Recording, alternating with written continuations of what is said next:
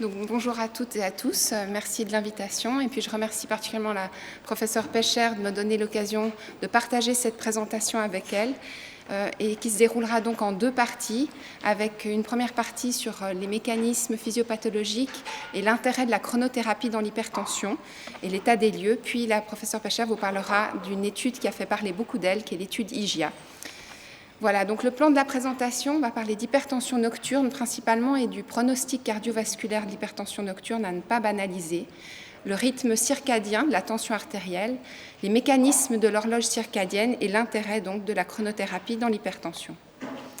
On sait qu'au niveau épidémiologique, l'hypertension touche quand même plus d'encore 1,13 milliard d'individus et on sait que la projection pour 2025 sera de plus d'1,5 milliard, avec l'hypertension qui reste le principal facteur de risque modifiable de morbimortalité précoce et qui est la cause de plus de 10 millions de décès par an.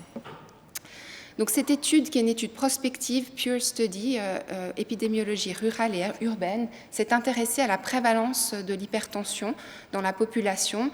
Et ce qui est très intéressant, c'est de se rendre compte que parmi les patients hypertendus, quand même plus de la moitié, plus de 53,5% des patients n'en ont pas conscience. Parmi les patients qui ont conscience d'avoir une hypertension, seule la moitié et un peu moins même est traitée, et parmi les patients traités, le seuil tensionnel atteint n'est que de 13%. Donc ces normes tensionnelles selon la mesure, donc l'étude n'était pas faite avec la MAPA, donc en effet c'était des pressions prises au cabinet avec des valeurs à plus de 140 sur 90 comme définition de l'hypertension. Et puis ensuite la MAPA qui, on le sait, a des valeurs de seuil plus basses, de plus ou égales à 135 sur 85. Et ce qui est intéressant, c'est que du coup cette étude ne s'est pas du tout intéressée à l'hypertension nocturne qui est définie par une hypertension nocturne de plus de 120 sur 70, avec une prévalence qui va dépendre des différentes cohortes, notamment chez les patients d'ethnie africaine ou asiatique, où l'incidence est plus importante. Donc on sait que d'avoir une hypertension nocturne, ce n'est pas anodin, et ce graphique déjà apparu en 2010 le montre. L'hypertension nocturne est tout aussi importante sur l'incidence de la mortalité et des événements cardiovasculaires que l'hypertension diurne. On voit en bas la normotension et l'hypertension sur les 24 heures. Et on sait que l'hypertension nocturne isolée, elle augmente le risque d'événements cardiovasculaires de 48% par rapport aux patients qui sont normotendus, que ce soit en cabinet ou sur la MAPA. On sait depuis plus d'une cinquantaine d'années maintenant que la pression artérielle, elle varie au cours du nictémère. Et ça a été mesuré invasivement par mesure intra-artérielle. Et c'est exactement le même schéma confirmé quand on fait une MAPA, avec un pic matinal, le morning surge, puis une baisse progressive en début d'après-midi de la tension, avec une augmentation de la tension sur la journée et la soirée et le fameux dipping nocturne, donc cette baisse, cet abaissement de la tension la nuit qui est physiologique et qui devrait se revoir également chez les patients hypertendus. On s'est intéressé à ces profils de dipping nocturne avec, on le voit ici, 4 profils différents de baisse de la nuit. Les normal dippers qui montrent une baisse habituelle de la tension nocturne entre 10 et 20%, les non-dippers qui vont baisser de moins de 10%, et même les risers ou reverse dippers qui ont une pression nocturne qui est supérieure à la pression diurne. La MAPA nous permet également de mettre en évidence des troubles du sommeil avec des pics nocturnes qui peuvent abaisser la qualité du sommeil, comme dans le syndrome des apnées du sommeil, les nombreux réveils nocturnes, le rapid eye movement et la nicturie. Ce qui va faire abaisser finalement ce dipping nocturne, eh bien, c'est par exemple l'hypertension sensible au sel, les insuffisances d'organes comme l'insuffisance rénale ou l'insuffisance cardiaque, le diabète, et comme on l'a dit, c'est certaines ethnies. Le pic matinal, on sait est grevé souvent des comorbidités et c'est là où on retrouve le plus d'incidence, par exemple des infarctus du myocarde, des AVC, de l'angor.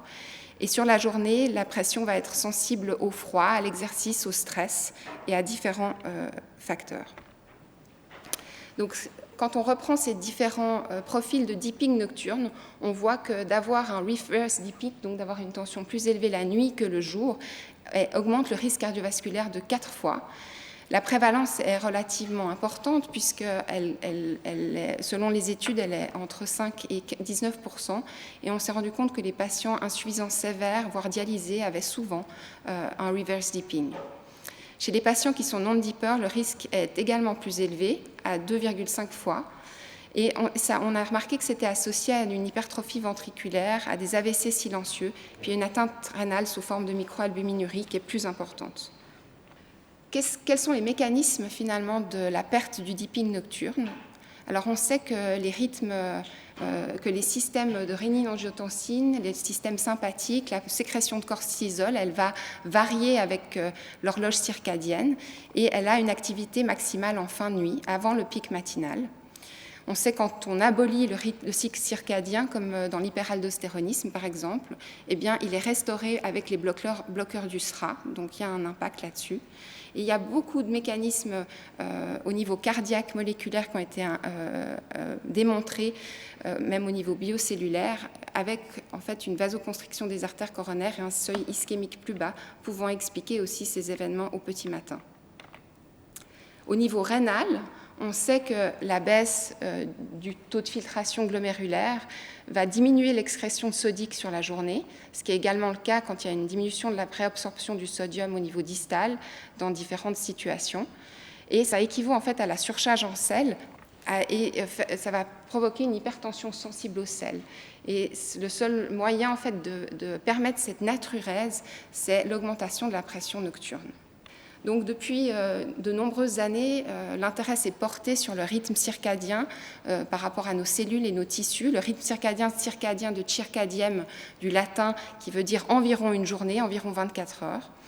Et en fait, on a tous les mammifères et les eucaryotes supérieurs ont une horloge chef d'orchestre qui va être stimulée au niveau de la rétine par la lumière et par d'autres Zeitgeber, ces donneurs de temps, qui vont permettre la sécrétion de manière rythmée des systèmes neuro-humoraux, du cortisol.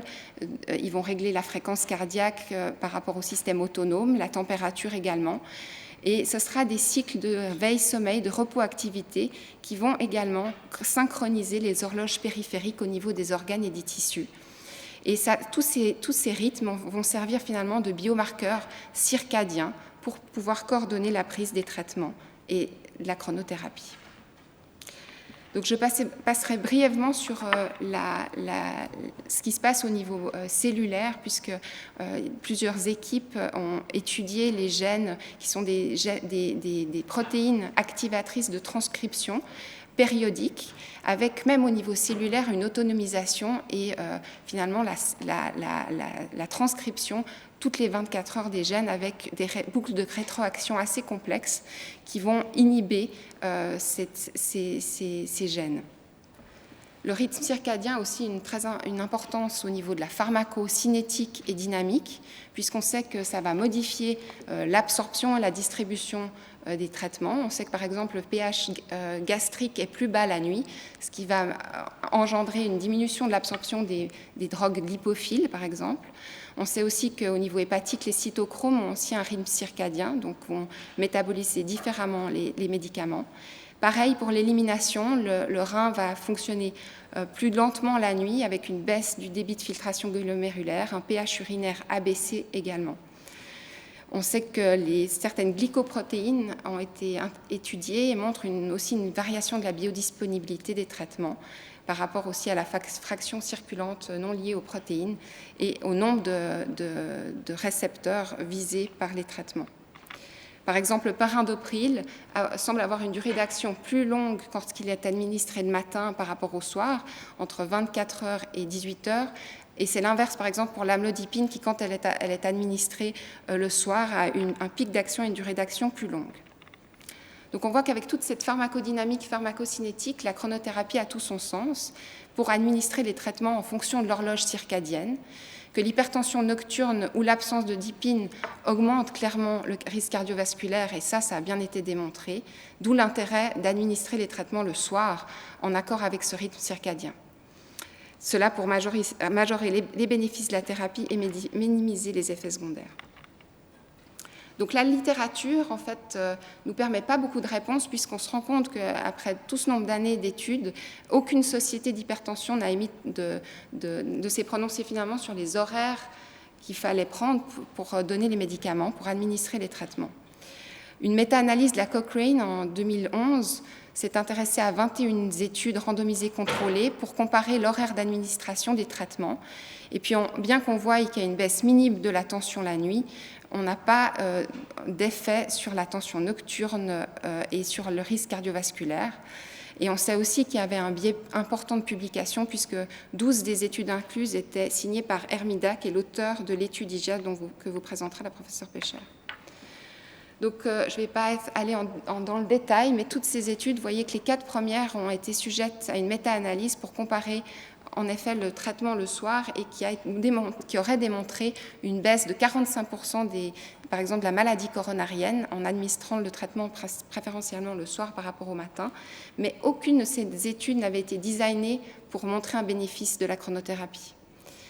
Les seuls qui montrent un bénéfice et qui ont fait beaucoup parler d'elles aussi, c'est MAPEC, pareil, le même groupe qui publie beaucoup sur la chronothérapie, a montré une diminution du risque impressionnant de 67% suite à la prise du traitement matin et soir, avec plus ou moins une drogue prise le soir par rapport au matin. Et en fait, le problème, c'est qu'on n'a aucune notion sur donc on voit ici le traitement pris en partie le soir par rapport à tout le traitement pris le matin, avec une diminution nette des événements cardiovasculaires avec le traitement le soir. Mais aucune notion sur la dose, le type de médicament, ni la durée d'action de ces traitements antihypertenseurs. Et c'est pour ça que c'est important de savoir qu'avec la panoplie de médicaments qu'on a aujourd'hui, que ce soit des courtes ou des longues durées d'action, on peut les avoir dans toutes les classes de traitement et on doit s'adapter finalement au profil du patient, notamment au profil sur la MAPA, mais également à son mode de vie pour améliorer l'adhérence. Donc les conclusions, c'est que l'hypertension artérielle nocturne et le fait de ne pas baisser la tension la nuit, ça, c'est des marqueurs indépendants de mauvais pronostic, que les évidences manquent encore pour dire qu'il faut plutôt prendre le traitement le matin ou le soir, mais l'adhérence thérapeutique est une chose importante et je laisserai donc la parole à la professeure Pecher.